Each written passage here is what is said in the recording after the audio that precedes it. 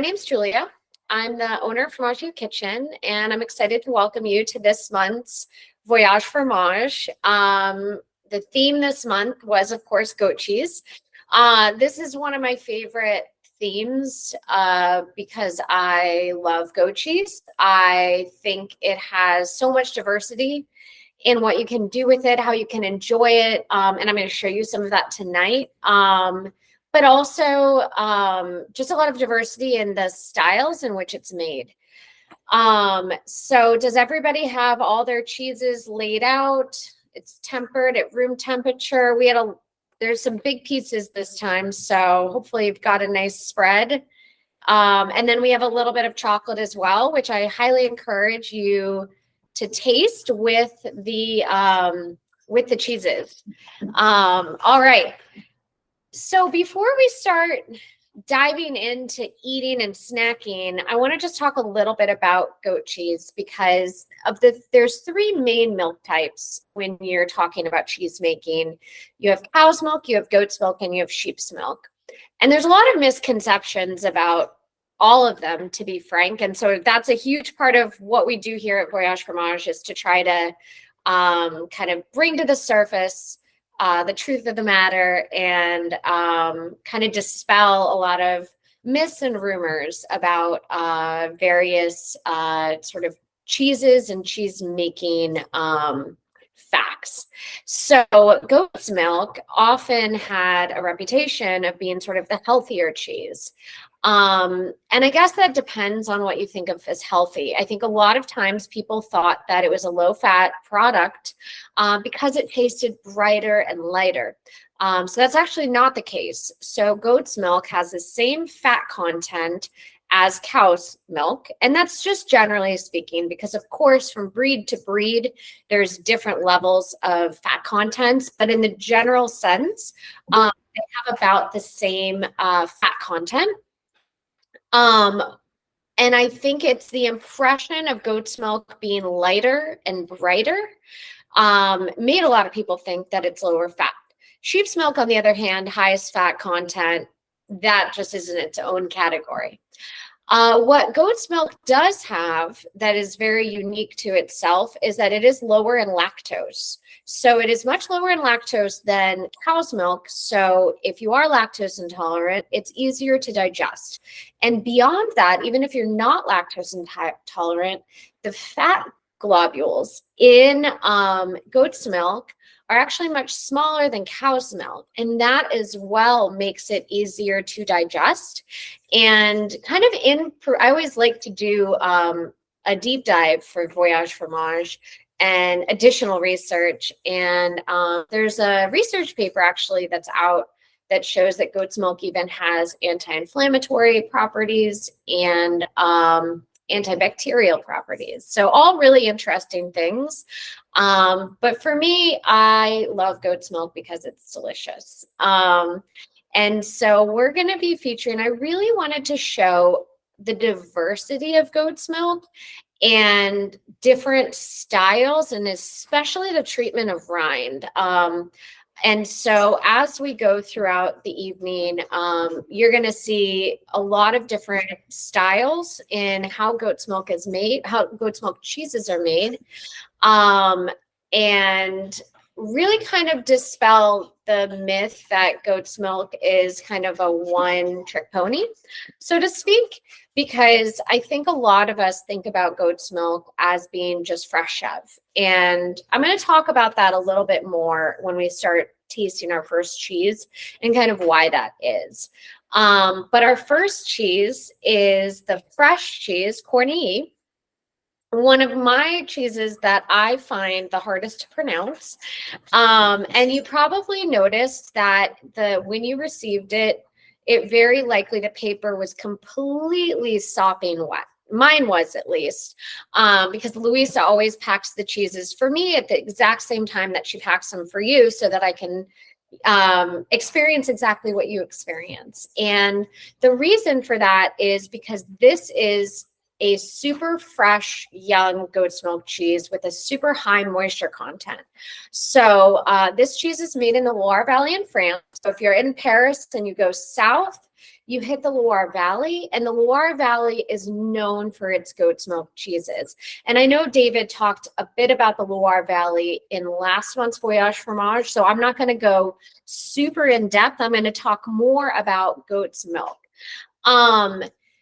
So this cheese itself is one of the purest, most simple versions of goat's milk. And for that reason, I wanted to give you a whole one, even though it's on the big side, because I myself, you don't have to do what I did, but I want to show you the ways in which you can be creative with some of these super fresh goat cheese beyond just enjoying it as it is. But before we get into that, why is it that Morgan spoiled the surprise? No, I'm just joking. So this is what I actually did to the cheese. And I'm going to get into that in a second. But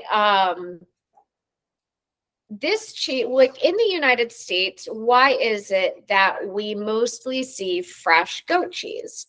We oftentimes don't see the other styles that you have, in your selection today. You don't often see blues. You don't often see aged cheeses. The reason for that is very much having to do with economics. And it takes about 5 to 10 goats to produce the same amount of milk that a single cow produces. So when you're looking at volume, you have a huge difference in volume between the number of animals that you can have and the volume of milk that you can produce.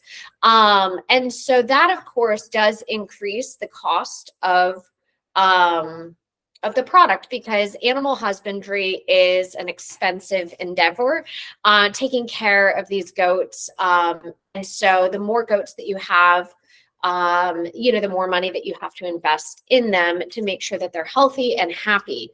And so when you have a goat producing, a fraction of the amount of milk as a cow, and you're a small farmer, frequently, you see about a farmer having about 30 tends to be what I've found is the common sort of max that a lot of people have for small farmstead farms, which is where the milk is produced in the same location that the cheese is made. And so that may be the cows, that may be goats. But of course, if you're working with goats, you're going to have a much lower yield. And beyond that lower yield, unlike cows, which can be milked year-round, goats actually have to be dried off in the wintertime. So they have a period in the wintertime where you don't actually milk them. So it's really funny. The reason that I wanted to do Voyage Fromage with goat's milk in August is because that's when we really see this influx of beautiful goat's milk cheeses. A lot of times people think springtime is goat cheese, but that's actually a really tough time to find goat cheeses because they've just finished drying off the goats. And so they're just starting up their production again of milk. And so the cheese hasn't had time to be made. So this time of year is really a brilliant time of year for beautiful fresh goat cheeses. And it also matches the wine of the season, chilled whites, chilled rosés. And so going back, so now we've talked about the issue of volume. And so goats don't produce a lot of milk. So that makes it challenging to make aged cheese. Goats are expensive to care for. It's a lot of small mouths to feed. That also increases. When you have a fresh chèvre like this Cordigny, it's quite heavy. And the reason for that weight is because of all that moisture. As the cheese ages, it's going to lose that moisture. And so in the world of cheeses, weight is value. And so when you age these cheeses, you end up losing a lot of weight from the cheese. And so the price has to increase higher and higher. And so all of those factors combined tend to make it A, much rarer to see these aged goat cheeses. And then also B, when you do see them, they tend to be a bit more expensive because of all the things that go into creating them. And when you're talking about a small farm too, if you want to have, profitability pretty quickly on your product, selling a beautiful fresh chèvre is kind of the way to go, because what you're trying now is only a month old. And so that is why you see a lot of fresh goat cheeses in the United States from these small, farms at farmers markets and whatnot, because sustainability wise, for their economics, it just makes sense. But of course, it is possible to make these beautiful aged cheeses that we're going to get to in a little bit. It just takes a little bit more time and a little bit more effort. All right, so to the picture. So what I did here was, you have the cornée, which is essentially a dome. Morgan, if you don't mind scrolling back to that first picture, you can see that it's actually quite tall. And I basically trisected it. I cut the top off. I cut it into thirds. So I cut it the top off and then the bottom off, essentially, because I wanted to show how diverse this cheese can be. And then if you go back, Morgan, if you don't mind, to the next slide, what I wanted to do was show you how I like to enjoy this cheese, which is 3 ways. And so the first is just plain. This is the truest and cleanest representation of a goat cheese. If you're having a party and you don't know what people's tastes are, this is a really, really nice option because it's clean, it's fresh. Also, pro tip, if you want, you see how the cut, it's very difficult to cut a high moisture cheese and have it be very clean.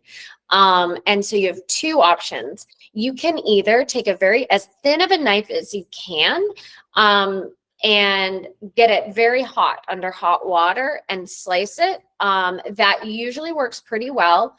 But as this is a high moisture cheese, it just hugs every single surface. So you'll find that when you cut it, you're going to pull away that knife and like half the cheese is going to come with it. So you really do have to have a really hot knife, or a really great trick is if you have dental floss. It works brilliantly. Make sure it is unflavored. It will just zip right through the cheese perfectly, and you'll have a perfect cut every time on any super soft cheese. So just something fun to discover with preparing your goat cheeses if you're having a party. So on the left is the fresh chèvre, the cornée, which just, again, it's so fresh. You can't even see any curd development because it has just all been pressed together. It's aged 1 month. It's pasteurized. This is, as I said, from France, which is the largest producer of goat cheeses in the world. The next one in the middle of the picture, I just took an edible flower and pressed it on the top of the cheese, and then dusted the rest of the cheese with oregano. It's the Daphnis and Chloe oregano that I love, and you could drizzle a little olive oil over it, but it just makes it really beautiful, presentable, and just something a little bit different. The very last one on the right is chèvre chaude, which means hot goat cheese. And so I put that under the broiler for about 15 minutes, and you can see how it maintains because it's such a young cheese and it's such a high moisture content, it maintains its shape perfectly, but it gets really nice and brown and toasty. And traditionally in France, you can serve this on top of a fresh salad. Like you get arugula tossed with olive oil, and it's absolutely fantastic. And alternatively, you can just spread it on a baguette while it's nice and hot. It is so good, and I highly recommend you try it. Like I said, broil, I mean, you're talking like right up to the broiler. This cheese, because of the moisture, is so hardy and can handle that heat really, really, really nicely. And because it's so young and high in moisture, it's not going to ooze or melt or stretch or pull at all. So it holds up really, really well. And because normally I save this for the end, but I actually think this goes really nicely. This is one of the chocolates that you received. This is from Slovakia. So this is exclusive to us in the US. I found them a few years ago, and they're making bean to bar chocolate, and they're pressing bee pollen on the top of it. And so I also think it's beautiful. If you can see in the picture, the pattern on one side kind of mimics the geometric pattern that you see in a beehive, but then it is absolutely covered in bee pollen, and it just pairs really nicely with the goat cheeses. I think it's a great pairing. All right, so we talked a lot about the cornille, and we're going to move on to the goat grundle next. Does anybody have any questions before we move on? Nobody? All right. I did have a question. Sure. I have a question. So that cheese you came to us and the wrapper was really wet. How Absolutely, does it to you? How does it come packaged for you? That's a really good question. So for us, it comes packaged 6 per case, and it comes in plastic, cryovac, but not all the way tight. So there's still air and there's a ton of liquid at the bottom, and it sits on a little, it's sort of basically almost like a little tray that has ridges that basically you don't want it sitting in its own liquid for too long. So it helps to elevate it above that. It's a lot of the French Loire Valley goat cheeses come to us like that. And they are able to stay really fresh that way without molding. These are super highly susceptible to mold at this age because they're so moist, so young.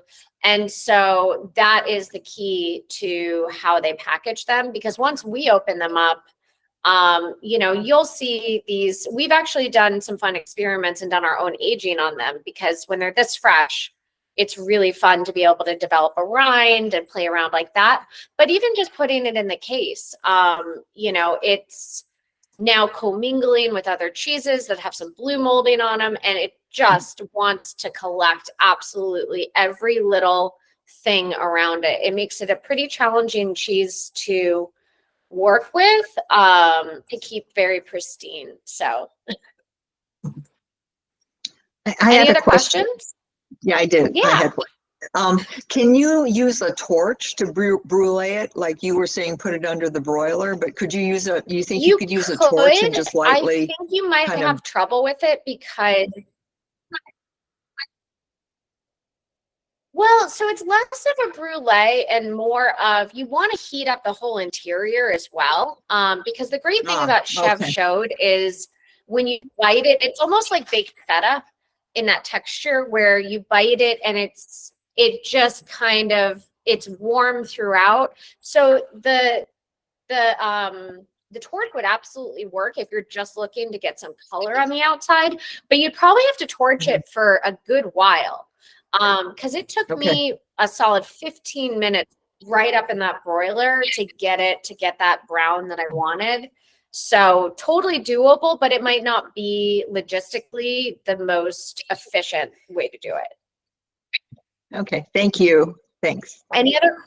Oh yeah, of course. Any other questions? All right, so next up, I'm going to get my cheese board.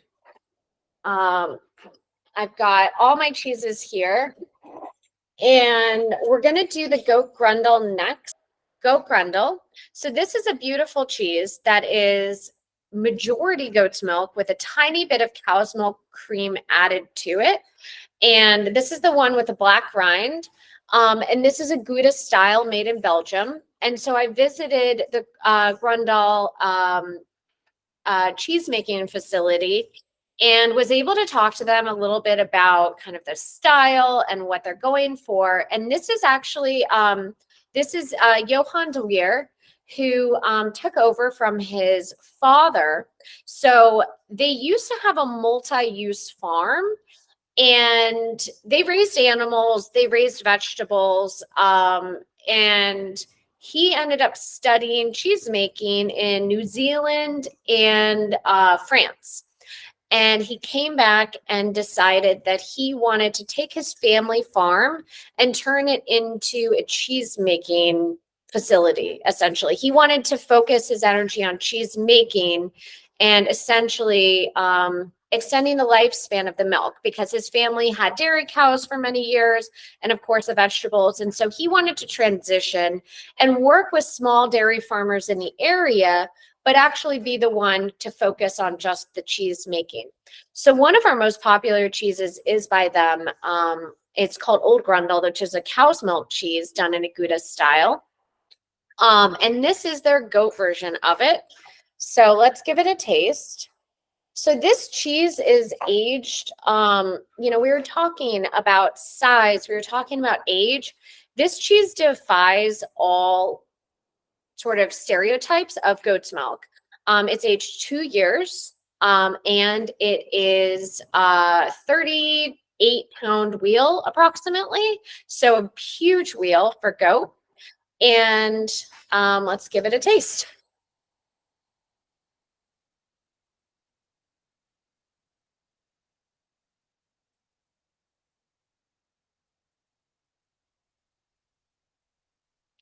You can taste a bit of the protein crystals.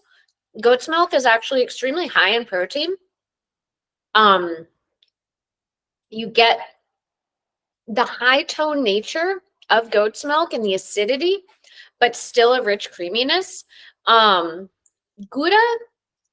traditionally is brushed in wax, and we were actually able to watch them brush some of the cheeses in wax. And you'll notice on the cheese itself that the wax is actually quite thin, and that's intentional, because when you think about what wax does to a cheese, if you took a small wheel of cheese and dipped it in wax, what are you doing?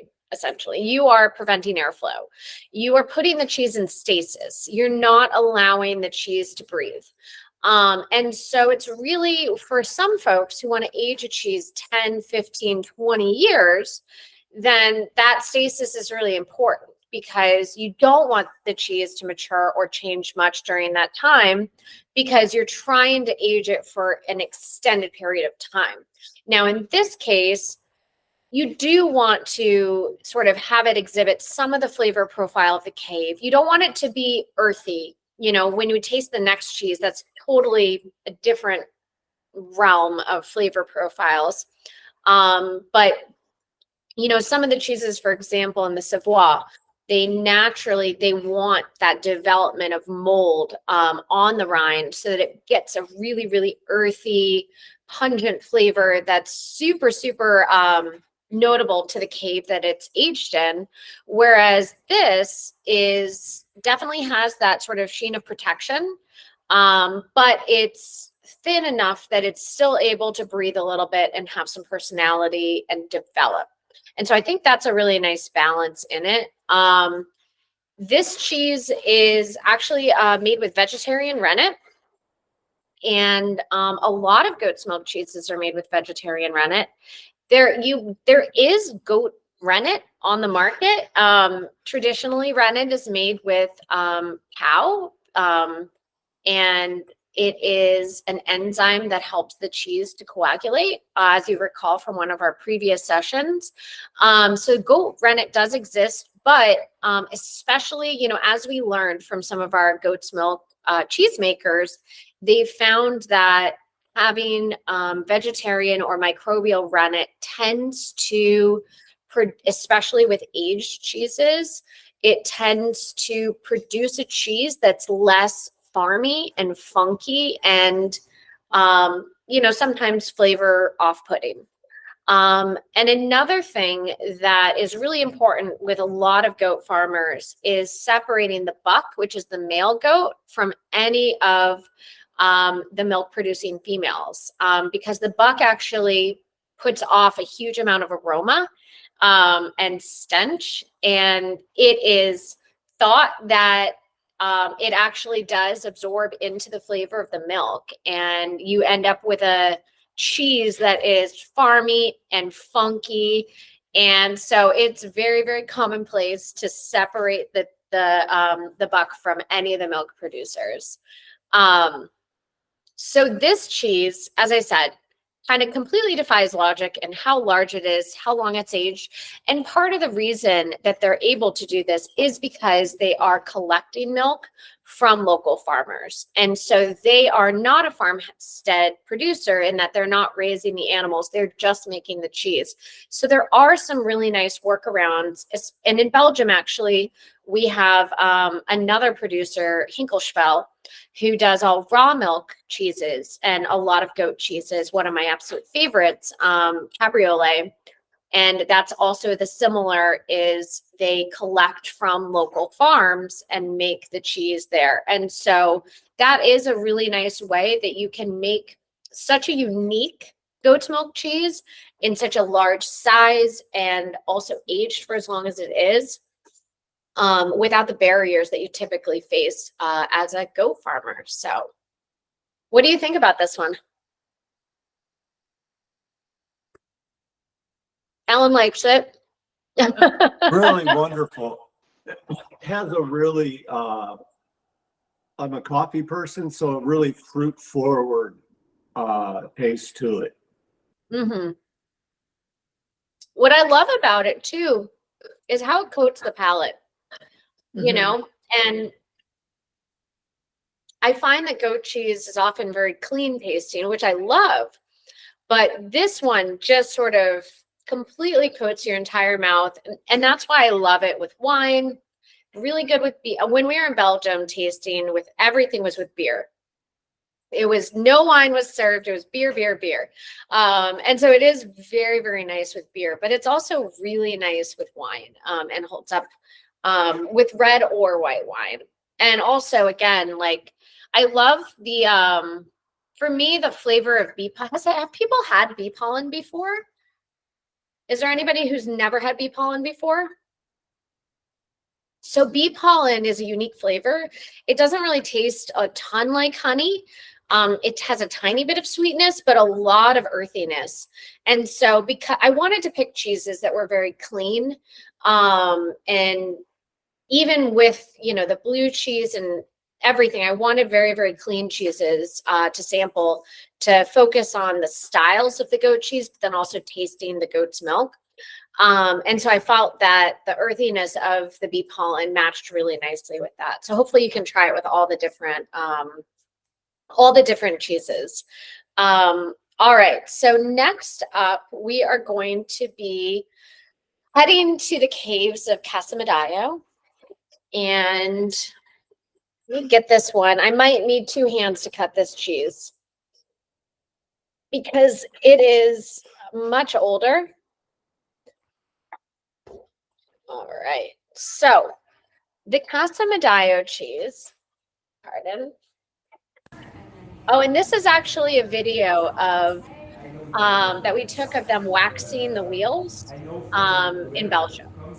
So it's a slow process where they are hand applying the wax. This is the cave of Casamadayo. So this is just south of Salerno in Campania, and it's a 4th generation cheese making family. The caves, the lore of the caves. So I learned the story of Casamadayo when I first started at Formaggio Kitchen in 2007. And what I learned was these caves that you see were all connected to family estates. And there were little doorways between each of these estates. And the way that you would trade with your neighbor was through these doorways. So you could age your cheese, you could age your ham. And then when you needed something from your neighbor or they had something that you wanted, you just opened the doorway, you left it on their side, and then they would trade it back. Whether or not that's true, I am not 100% sure, but that's the story that I learned. And I always thought it was incredible. I have not had the pleasure yet to visit this producer, but I have known and loved their cheeses since I first started. So as you can see from their cave, very, very natural production, very traditional. And you see this as you get to southern Italy, this traditional style of aging, but then also the traditional style of taking care of the rind. And so traditionally, what you see, depending on how close you are to the sea as well, really dictates how the rind is cared for. Does everybody have, so this is the cheese. I cut mine. I encourage you to run your finger on the rind of the cheese and tell me what it feels like.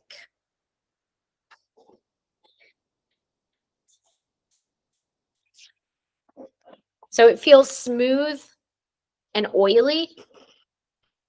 Very, very, very different than some of the natural rind cheeses we've had. And so to prevent these cheeses are, the goats are roaming completely free range.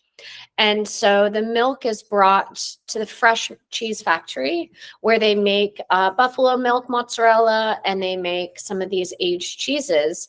The ones that are due to be aged are moved to the caves. And the caves are a wonderful environment to develop the flavors of the cheese, but to maintain the sort of cleanliness of the cheese, and I mean that by flavor, not by sanitation, they must protect the rind and prevent the mold growth on the rind of the cheese. And so what they do is actually they rub the exterior of the cheese in a combination of olive oils and vinegars. And so that helps to inhibit any mold growth. So if you think about it, it's a really similar style to what the Belgians are doing, but using the tools that are present in southern Italy. You have an abundance of olive oil. And so that, because it is an oil, it is helping to prevent the growth of mold. And again, also a little bit of vinegar as well. And you see this, again, a lot of times on the coastal areas where they'll take salt, sea salt, and they'll rub the cheese in sea salt to help use the abrasive nature of sea salt to clean the wheel, but then also the quality of it being salt to prevent and inhibit the mold growth. All right, so this is one of my favorite cheeses. And traditionally, this is done in exactly the same style and exactly the same size. It's a traditional pecorino. It's just made using goat's milk. And so it's not a huge wheel. It's probably, only about that big. So it's very manageable.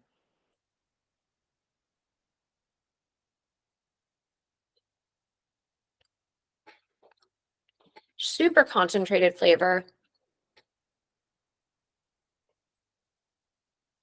but not overtly salty, which is really, really nice. And that's where you get the cleanliness. So when we talk about tasting cheeses and how you taste cheese, that there's a beginning, a middle, and an end. And when you start tasting, you get that hit of brightness, and then it's got a really nice fatty center. Oftentimes, if the mold has really developed on the rind and permeated into the cheese, that finish is really going to be pronounced and earthy and sometimes bitter. With this, you get a really, really clean finish, which is really due to how the rind is protected during the aging process. This cheese with a white Italian wine, absolutely amazing. What do you all think of this? Hi, No? Julia. I had it at temperatures. Go ahead. I had it at two temperatures. I had it when it was cold. I didn't like it, but once it warmed up, I liked it. I can imagine. At cold, it was Yep. probably too biting, right? Too Yeah. sharp. Yep. Yep. It's so important with goat's milk cheese to let it temper because you actually, it's a lot more pronounced than the other milk types where you get much more sourness and tartness when it's cold. And that's similar to actually white wine where I always say if you have a really cheap bottle of white wine, serve it really cold. But if you've got a really nice bottle of white wine, let it warm up a bit because, you know, when a wine is really cold, you get one note and it gets to be really biting and sharp and tart, and that's it. But as it warms up, you start to get more flavors and you get more development, and it's a lot more interesting. So. What did other people think about it?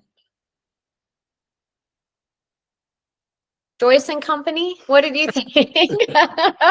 We're just talking about who's going to talk. It's going to be Richard. Go ahead.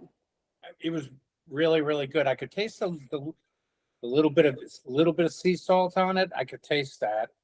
I like the texture. It's hard. It's nice. Unlike the other hard one before wasn't. I really like the protein in the other one. I know I like good, that. I like that texture. I'm a big awesome. texture guy. So when we talk about the blue cheese, I'm all for that creamy blue.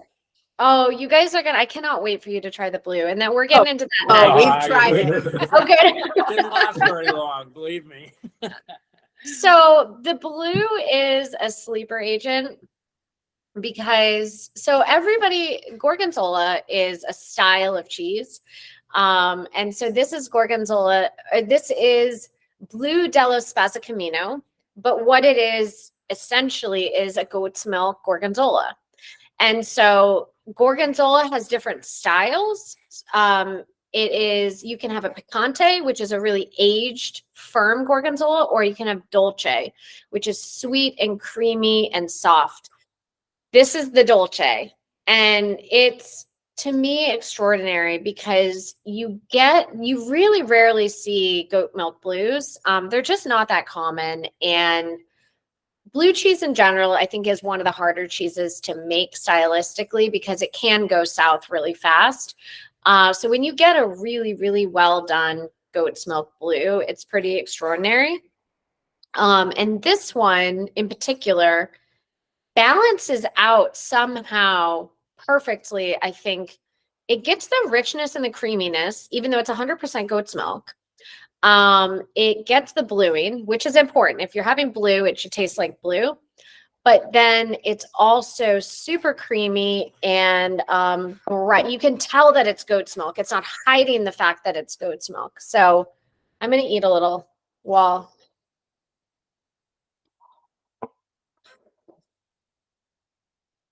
And this one with the chocolate is my favorite. But you get a little bit of that piquant finish, but it's so creamy. It's so nice. This is one that you can, a lot of time, basically you can utilize this as you would a gorgonzola gorgonzola dolce. So there's a lot of pasta dishes where you can, at the end, sort of mix in some of this. So if someone, for example, is lactose intolerant, but you really want them to try this, then the goat's milk version is a really nice option. This on a warm piece of crusty bread is incredible. And you'll notice we have the chimney sweeps in the photo. So spazzacamino actually just means chimney sweep in Italian. And that's named after because of the town where the cheese is made is known for their chimney sweeps. And apparently there is a yearly chimney sweep competition there, which not entirely sure what that involves, but keeping the tradition alive. So we've talked a lot about different styles. Despite this being Gorgonzola's style, it is true to being a goat's milk cheese, a much smaller wheel. So traditionally gorgonzolas are quite large. I'd say, trying to get a good sense of, if you can see my hands, they're big. Whereas this one is probably about yay tall, and, it's probably about half the size of a traditional Gorgonzola Dolce wheel. And again, part of that is due to the fact that it's goat's milk, and it allows you to age it slightly differently so that it can maintain that really, really ripe, creamy texture. And again, blue cheese and chocolate is one of my favorite pairings, so I highly recommend that you try them together. I didn't ask folks what they thought of the first cheese. How did you like the cornille? I know it's very clean, very simple, but did you enjoy it? Okay, great. I see some nodding. And any favorites of the night? Anybody who really liked? Well, I know Blue. I Yeah, think the blue is one of my favorites. Oh, I love it. Do you often have goat blue in? It's no. rare, right? Because I think it was one of the first cheeses we ever bought from you, and I keep looking at the website to try and find it every time I order cheese, and it doesn't seem to be there very often. Bleu de Bocage is the blue that opened my world to blue cheese when I was probably 23 or 24. We had it, and it was a French goat's milk blue, and it, no pun intended, blew me away. And it was absolutely fantastic. Clean, but strong enough that you're eating a blue. You could taste the goat's milk. It was amazing. And it got to the point, we continued selling it, I think, until it got to be like $46.95 a pound. And then finally it got to the point where it just was too expensive to bring in, and we started looking for other options. And in the Loire, this is the sort of the blessing and the curse of France and the traditional cheese making there, is that they stick to what they've done. And there's less experimentation than you see in the United States and even in Italy. And so, you have the Loire Valley, which is the largest, goat producing region in the world, or goat's milk producing region in the world. And you see a lot of the same styles of cheeses that come out of there, which are gorgeous. And don't get me wrong, they're some of my favorite types of cheeses in the world. But, when you move to Italy and Belgium, you do see a little bit more experimentation, a little bit more openness to work with things that are a little bit less traditional, because you're not following, a protected recipe, sort of something that has been designated AOP or DOP. And so that is, I think it gives them a little bit more freedom. And so we actually started bringing in another blue called Bleu de Capra, which it's not the same as Bleu de Bocage. Nothing has quite like that cheese. I have a list of cheeses that don't exist anymore that I will never forget the flavor of. And, it's probably like 5 or 6 long. And I remember their names. I remember their flavors. I remember how I felt when I ate them. And Bleu de Bocage was one of them. And so, it's called Bleu de Capra. So it's made by Italians, but similar in style. So, but that's a fun thing about cheeses, is I think it's equally as fun to find new cheeses as it is to say goodbye to cheeses that maybe are, maybe they've retired, and it shows you how much you should cherish, these cheesemakers and what they have. We have one of the best cheesemakers, goat's milk makers, I think, in the world in New York, Cochrane Farm. He retired and no one wanted to take over the farm. And so everything, he had one of the most exceptional little goat cheeses that you've ever had. And so that sort of legacy goes with him and his retirement. And so I don't know, I think there's something special about that. And it puts a bigger value on the things that we love and the things that we really care about and that we're excited about. So that's my like hyper romantic version of cheeses.